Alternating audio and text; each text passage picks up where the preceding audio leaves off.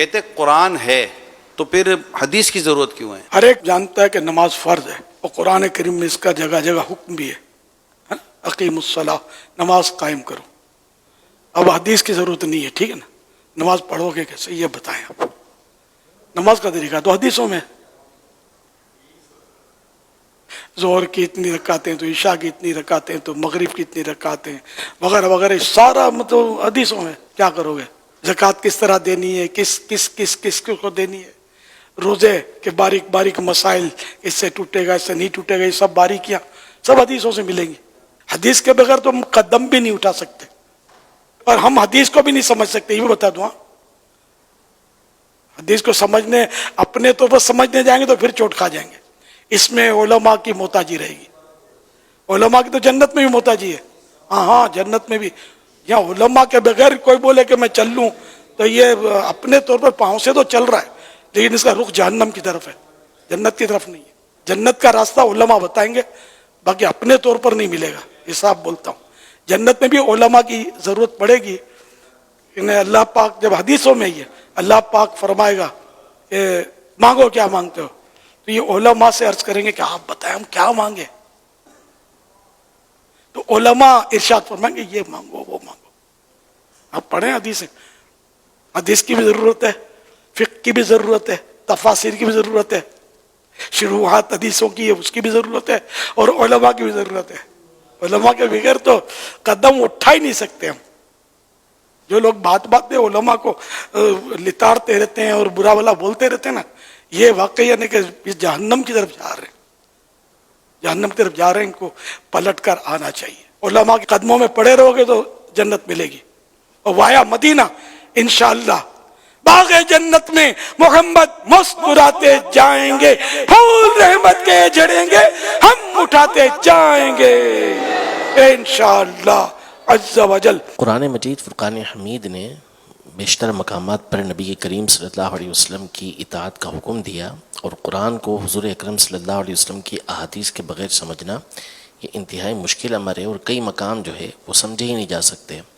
قرآن پاک میں اللہ تبارک و تعالی نے یہ ارشاد فرمایا وَأَنزَلْنَا إِلَيْكَ الذِّكْرَ لِتُبَيِّنَ لِلنَّاسِ، یعنی ہم نے آپ پر یہ قرآن اتارا ہے تاکہ آپ لوگوں کے سامنے اس کو واضح فرما دیں۔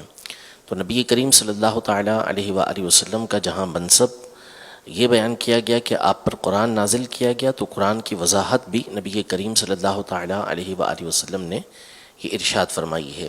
قرآن پاک میں فرمایا وَمَا آتَاكُمُ الرَّسُولُ فَخُذُوهُ وَمَا نَهَاكُمْ عَنْهُ فَانْتَهُوا، جو تمہیں رسول اللہ دیں وہ لے لو، اور جس سے منع کریں اس سے رک جاؤ۔ ایک خاتون نے ایک مسئلہ دریافت کیا، تو حضرت عبداللہ بن مسعود رضی اللہ تعالی عنہ نے اس کا جواب یہ دیا کہ قرآن میں اس سے منع کیا گیا، یعنی قرآن اس سے منع کرتا ہے۔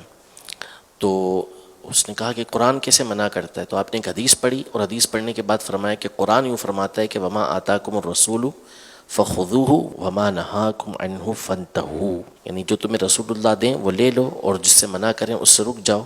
تو حضور علیہ الصلوۃ والسلام نے اس سے منع فرمایا، تو خود قرآن سے یہ بات ثابت ہوتی ہے۔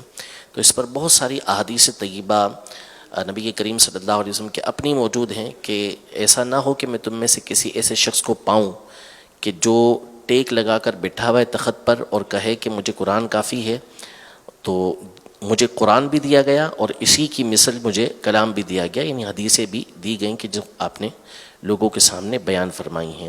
تو قرآن کی کئی آیات ہیں کہ جن کو نبی کریم صلی اللہ تعالیٰ علیہ وآلہ وسلم کی حدیث کے بغیر خود صحابہ اکرام علیہم رضوان کو بعض اوقات اس میں اشتباہ ہوا، اور حضور علیہ الصلوۃ والسلام کی بارگاہ میں حاضر ہوئے تو آپ علیہ الصلوۃ والسلام نے اس کی وضاحت فرمائی۔ مثال کے طور پر قرآن پاک میں اللہ تبارک و تعالی نے ارشاد فرمایا الذین آمنوا ولم یلبسوا ایمانہم بظلم اولئک لہم الامن وہم مہتدون، کہ وہ لوگ کہ جو ایمان لائے اور اپنے ایمان کے ساتھ انہوں نے کوئی ظلم نہیں ملایا۔